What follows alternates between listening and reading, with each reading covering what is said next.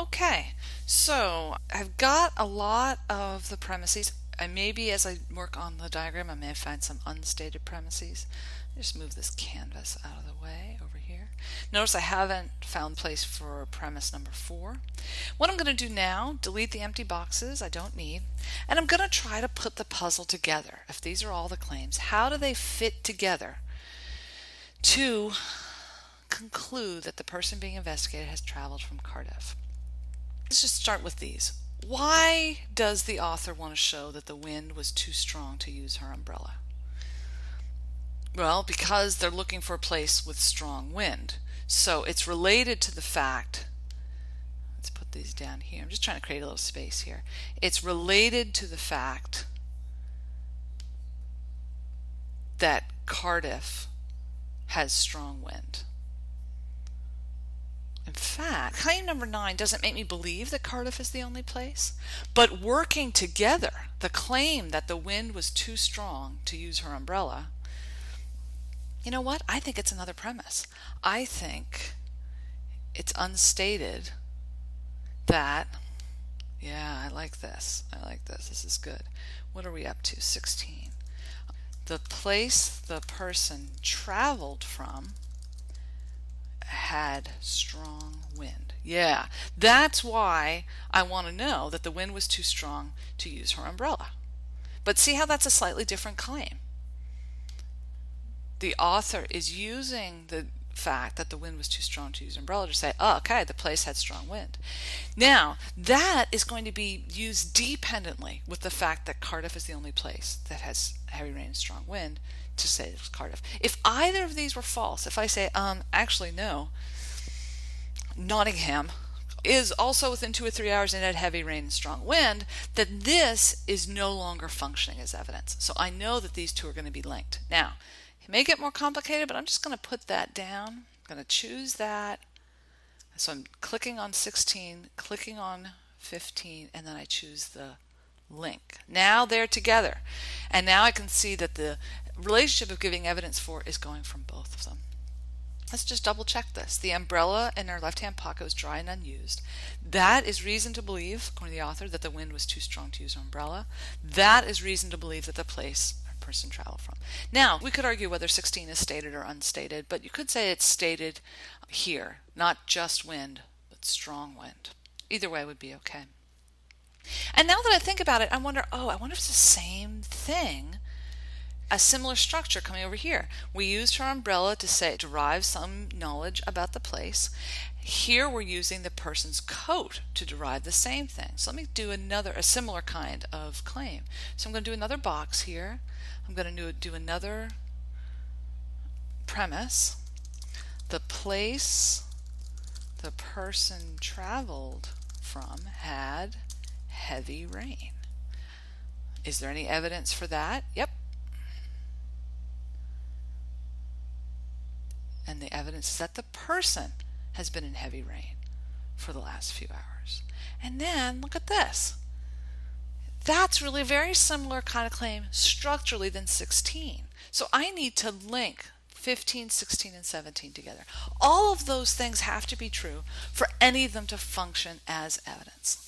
So we are making great progress here. First I'm going to do is break up those two. I did that by highlighting them and then clicking over here, the unlink box. And then I'm going to, holding down the shift button, click on all 3 of them, do that, and now I can draw an arrow from the whole group up to here. Oh, this is starting to look very, very pretty. The person's clothes is slightly damp, therefore the person's been in heavy rain, therefore the place the person traveled from in heavy rain. Now, all of this stuff, oh yeah. Let's see, let's come down here. There's dampness under her coat collar, therefore the person has turned the coat collar up against the wind, therefore there's strong wind. That's other evidence for the claim that the place the person traveled from had strong wind. That's its function. So I'm going to draw another arrow from here to here. I think that's right. Yeah, we've got two pieces of evidence that had strong wind, that they turned up their coat collar and that they didn't use their umbrella. Yeah. That's good. That's good. Okay. She had a small suitcase. It's giving evidence that she was intending to stay overnight. Therefore, she must have come at a decent distance. Look at all of the descriptions of Cardiff in 15. This chain of evidence here is attending to the fact that Cardiff is in a certain number of hours from wherever they are now. So I need another one over here. And what are we up to? 18 now? 18. The place the person traveled from is within 2 or 3 hours.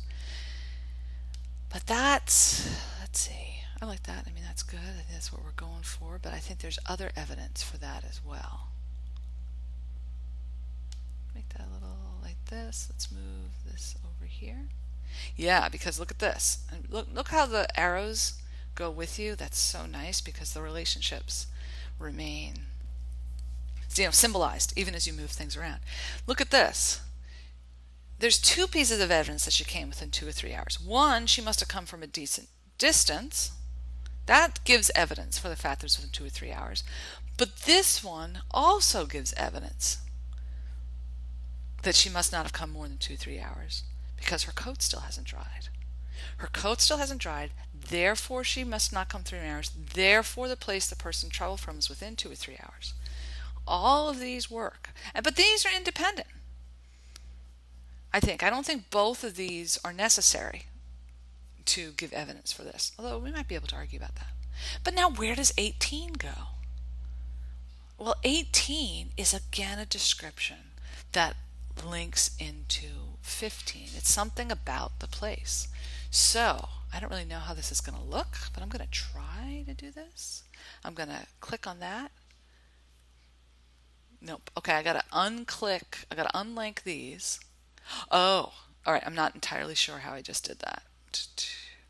And let me see if I can move all of this up.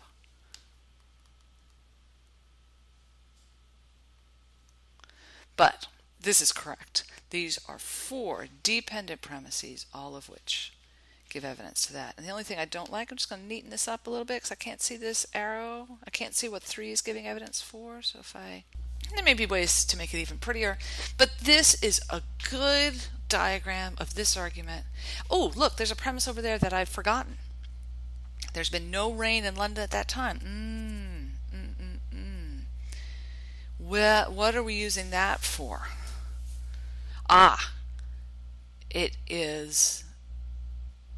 This is evidence for that she must have traveled, right? She must have come a decent distance. So this is an interesting example. Why do we need to know there's been no rain in London at that time? It's clearly functioning with this premise. The person's been in heavy rain. There's been no rain in London. And this is a good example of a premise being used in multiple ways. Although now I'm changing my mind. The place the person traveled from had heavy rain. There has been no rain in London at that time. Therefore, I'm going to change this a little bit. Okay, so I think we need one more premise. And this is, as I said, an example of a premise being used for multiple reasons. The person's been in heavy rain. There's been no rain in London at that time. That gives evidence for a claim that, and this really is unstated, so I'm going to put, I think we're up to 19. I'm going to put it in parentheses, 19. The person traveled to London from somewhere else. And that is actually a really important point. I'm going to make that, I'm going to go like this, move it over here, because the whole argument falls apart if that's not true. Okay? These two need each other to give any evidence at all, therefore they are linked, but not to there.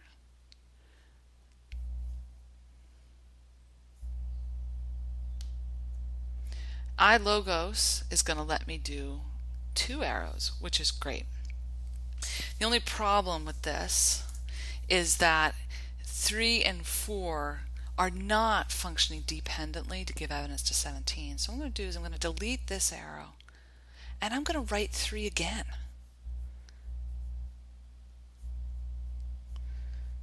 To give evidence for 17.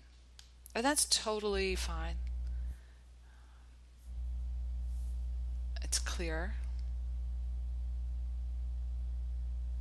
3. The person has been in heavy rain in the last few hours. I'm going to just repeat 3.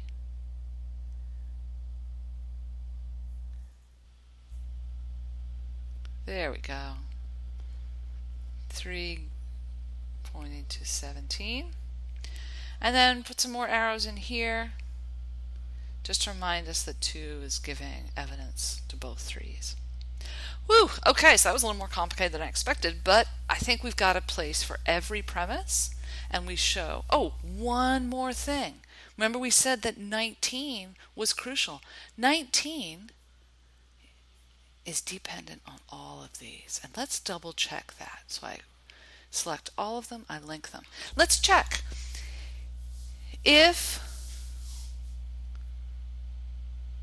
Let's see, I just want to put an arrow in here, sorry. If one of them was not true, what would happen to all the others? Let's say that it was wrong, 19 was wrong. The person did not travel to London from somewhere else. Then none of the other things matter. They just can't function. What happens if 15 is incorrect? That Cardiff is not the only place that has heavy rain. Then the other ones just don't matter. They no longer serve as evidence for the conclusion. So that's a great example of multiple dependent premises. All right, that's example number 2.